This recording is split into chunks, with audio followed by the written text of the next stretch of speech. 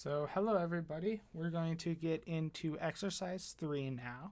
So for exercise 3 it's actually pretty simple, and we're going to kind of zoom in here and here because it's a pretty straightforward problem.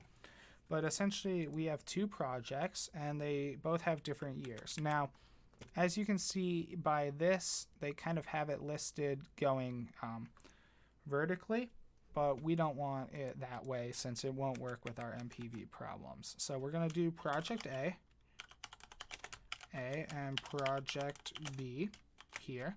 And we're going to do years. These will be years. And we're going to have year 0, 1, 2, and 3 up here. And then project A will have negative 16,000.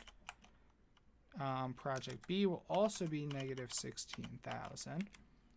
We'll have 11,000 for year 1 of project A, 8,000 for year 2 of project A, and 3,000 for year 3 of project A, 5,000 for year 1 of project B, 7,000 for year 2 of project B, and 12,000 for year 3 of project B.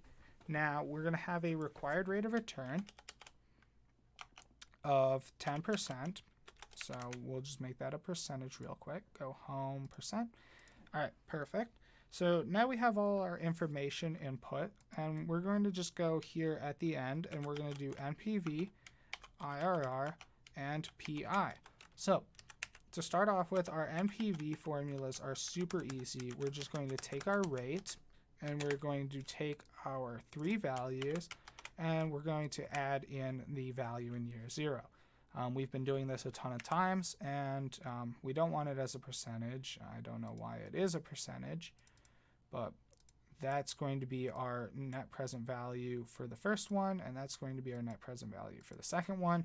That is, if we did it correctly, which we did not, we need to F4 that to make sure we actually have the correct required rate of return. So now we have our two net present values.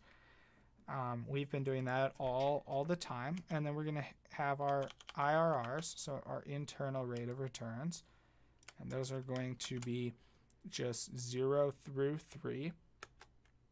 Boom. So there we have our first IRR and our second IRR, and we're going to actually expand these a little more to get a little more precise than just 22 or 19%. Now, our PI we have been doing a little bit less work on, so let's actually find it in our formula sheet here, just so we can know where to find it when we actually need to on the exam.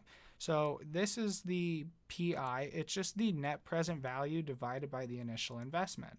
So all we'll do is do the NPV divided by the initial investment, and it gives us a profitability index of 18 and 22. Now it's giving us them